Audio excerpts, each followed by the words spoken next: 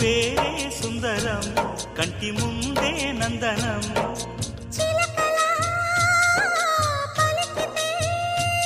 ఉండిపోదా సంబరం ఉండే కాదా మందిరం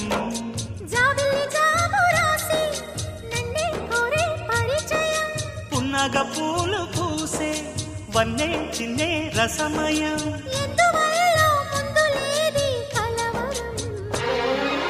అగిరి పడిన పెదవికేంటి అర్థం అడుగుతోంది